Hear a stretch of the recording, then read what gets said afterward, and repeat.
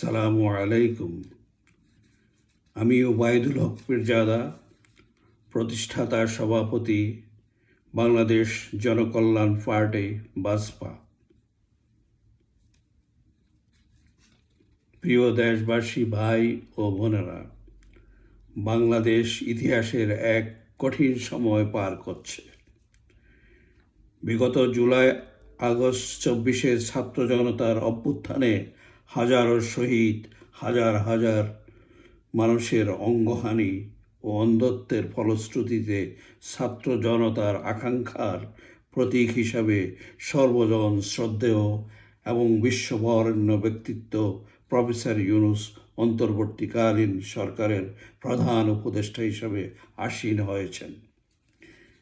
তিনি একটি ধ্বংসপ্রাপ্ত দেশকে 5-6 মাসের মধ্যে ক্রমান্বয়ে আলোর দিকে, উন্নয়নের দিকে, সংস্কারের দিকে এবং নির্বাচনের দিকে নিয়ে যাচ্ছেন। কিন্তু অত্যন্ত ক্ষোভ ও দুঃখের সাথে বলতে হচ্ছে, আমাদের কিছু কিছু নেতার অসহযোগিতা ও অবিবেশ্যকারিতা, ইমপ্রুডেন্সি ফলে অন্তর্বর্তী সরকারের শীর্ষে এবং রাষ্ট্রের 1 নম্বর ব্যক্তি হিসাবে অধিষ্ঠিত আছেন স্বৈরাচারের দোসর এবং কদমবুচি কারক শাহাবুদ্দিন চুপ্পু, যার কারণে পলাতক স্বৈরাচারের পুষ্যরা টুস করে ঢুকে পড়ার মতো স্পর্ধা দেখাচ্ছে। আমাদের মনে রাখতে হবে, জুলাই আগস্ট বিপ্লবের শহীদদের আত্মা এবং তাদের স্বজনরা কখনো শান্তি পাবে না যদি এক ফ্যাসিবাদ ও স্বৈরাচারের পরিবর্তে আরেক ফ্যাসিবাদ ও স্বৈরাচার রাষ্ট্র ক্ষমতায় বসে। পতিত ফ্যাসিস্ট হাসিনাও তথাকথিত নির্বাচন করেই 15 বছরের অধিক সময় রাষ্ট্র ক্ষমতায় অধিষ্ঠিত ছিল। সুতরাং অভ্যুত্থান পরবর্তী বাংলাদেশে সংস্কার পরবর্তী নির্বাচনেই একমাত্র সমাধান।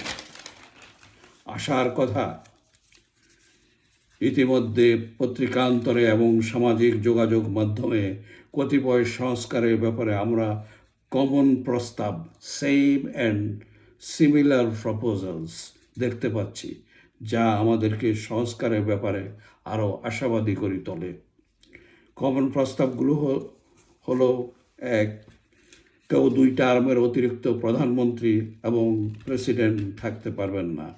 প্রধানমন্ত্রী তার টার্ম শেষে আবার প্রেসিডেন্ট প্রার্থী হতে পারবেন না, এবং প্রেসিডেন্টও তার টার্ম শেষে প্রধানমন্ত্রী প্রার্থী হতে পারবেন না। প্রেসিডেন্ট ও ভাইস প্রেসিডেন্ট জনগণের প্রত্যক্ষ ভোটে 4 বছর অন্তর অন্তর নির্বাচিত হবেন, এবং প্রেসিডেন্টের অধীনে আইন, স্বরাষ্ট্র, প্রতিরক্ষা মন্ত্রণালয় থাকবে এবং তিনি সেনাবাহিনীর সর্বাধিনায়ক থাকবেন।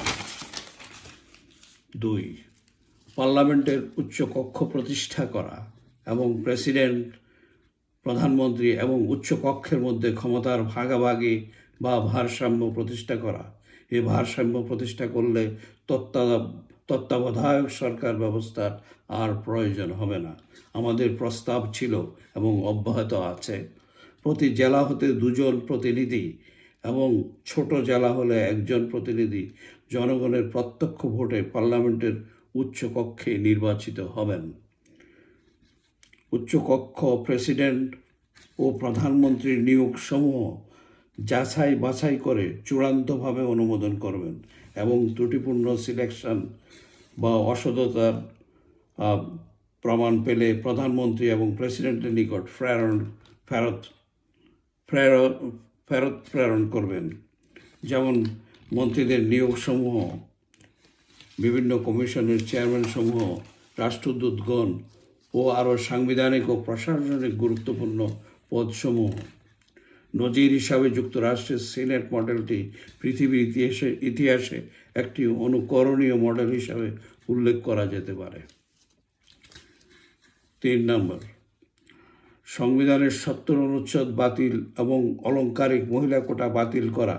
বিকল্প প্রস্তাব হিসাবে প্রত্যেক রাজনৈতিক দল সাংসদ মনোনয়নের ক্ষেত্রে অন্তত পক্ষে 10% মহিলা সদস্যকে মনোনয়ন দানের পরামর্শ দেওয়া।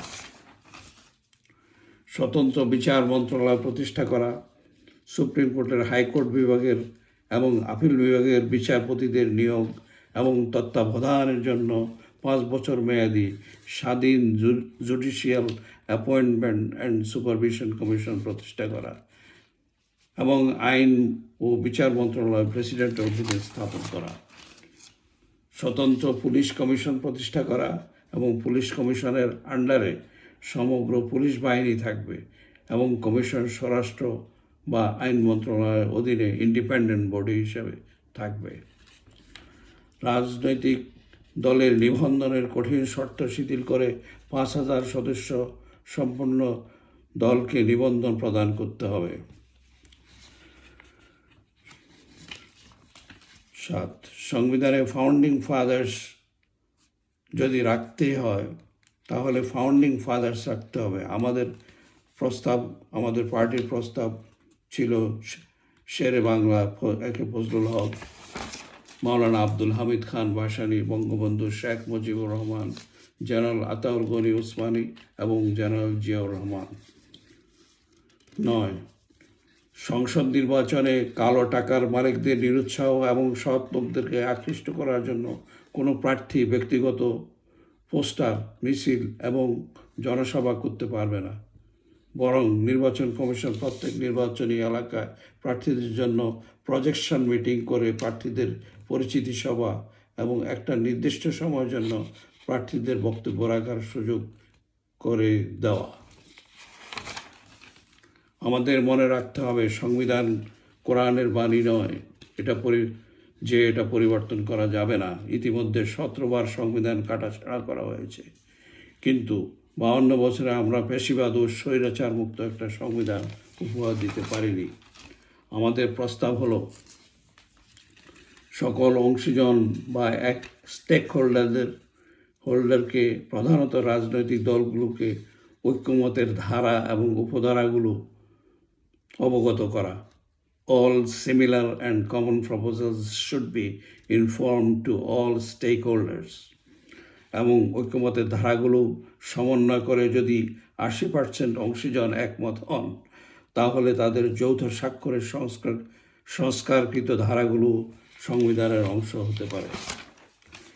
দ্বিতীয় প্রস্তাব হলো সংস্কারকৃত, সমন্বিত এবং অংশীজনের স্বাক্ষরকৃত ধারাগুলো সংবিধানে অন্তর্ভুক্তির জন্য ডক্ট্রিন অফ নেসেসিটির প্রয়োজনের অতি আবশ্যকতা হিসাবে বিবেচনার জন্য সুপ্রিম কোর্টের মতামত চাইতে পারেন। তৃতীয় প্রস্তাব হলো ঐক্যমতের সংস্কারগুলো সংবিধানের সংযোজনের জন্য রেফারেন্ডাম বা গণভোটে যেতে পারেন।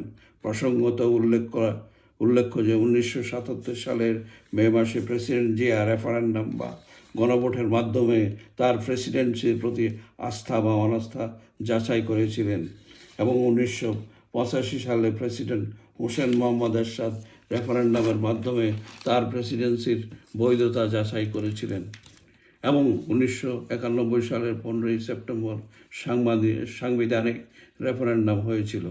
উল্লেখ্য যে সংবিধানের 5ম সংশোধনী বাতিল হলে সংবিধানে রেফারেন্ডাম প্রভিশন পুনঃস্থাপিত হয় বা হবে। সুতরাং সংবিধান সংশোধন বা সংস্কারে আইনগত কোনো বাধা নেই। বাধা হলো রাজনৈতিক দলগুলোর ঐক্যমত এবং সদিচ্ছা এবং জুলাই আগস্টের অভ্যুত্থান ও হাজারো শহীদদের রক্তদান আমাদেরকে ঐক্যবদ্ধ করেছে এবং সংস্কারের ব্যাপারে উৎসাহ দিচ্ছে। পরিশেষে বলবো, সংবিধান সংস্কার এবং নির্বাচন দুটোই সম্ভব এবং ইউনূস সরকার ঘোষিত সময়সীমার মধ্যেই সম্ভব। আশা করি অংশীজনরা, স্টেক হোল্ডাররা অচিরেই সদিচ্ছা ঐক্যমতে পৌঁছাবেন এবং কমন সংস্কারগুলো, সেম অ্যান্ড সিমিলার প্রপোজালসগুলো অবিলম্বে বাস্তবায়ন করবেন। আপনাদের সবাইকে ধন্যবাদ এতক্ষণ ধৈর্য ধরে শোনার জন্য।